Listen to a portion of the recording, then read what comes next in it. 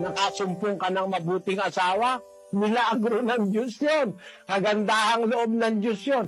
Kasi yung asawa, hindi nasusumpungan yon sa dote, hindi nasusumpungan yung mabuting asawa dahil pinagkasundo ka ng magulang mo, o kaya yung asawa mo'y abogado, kaya mabuting asawa na hindi. Pero pag nagkaroon ka ng isang mabuting asawa, sabi sa Kawikaan 19:14, Bahay at mga kayamanan ay minamana sa mga magulang, ngunit ang mabait na asawa ay galing sa Panginoon. ayon, pagka nagkaroon ka ng isang mabait na asawa, milagro ng Diyos yun eh.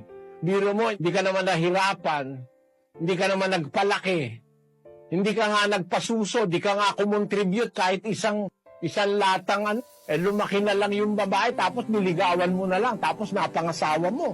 Tapos mabait ka lang asawa, tapat.